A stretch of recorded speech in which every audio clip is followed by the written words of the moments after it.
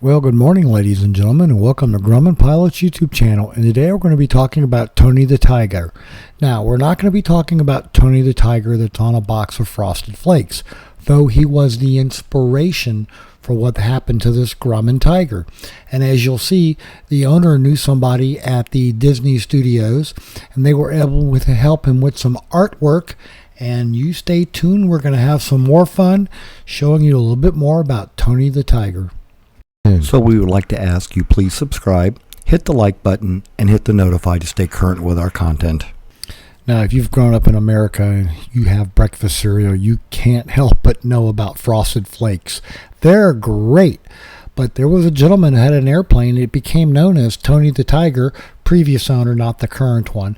But he had some friends when he was in California who worked for the Disney Studios, and they helped him put together that artwork that you see on the back of the airplane as well as on the nose. And it makes for a very distinctive aircraft, I think. And it's very noticeable when it goes places. It does stand out from the crowd. So when you're thinking about a paint job for your airplane, think about what you really like, and there's no harm in being creative. This obviously worked out very well. We're going to let you look at some more pictures, and I'll see you at the other end.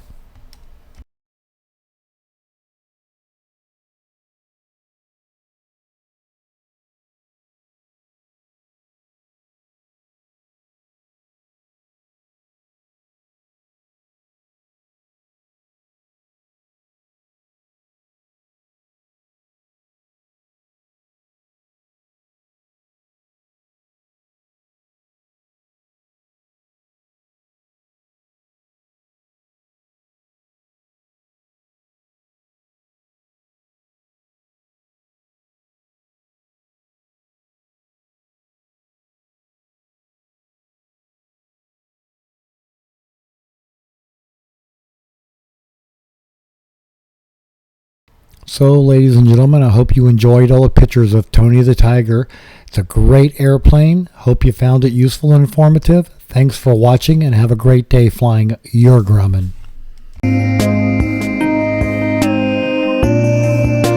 Tower 3, they have quite a facility. I mean, like pool tables and saunas and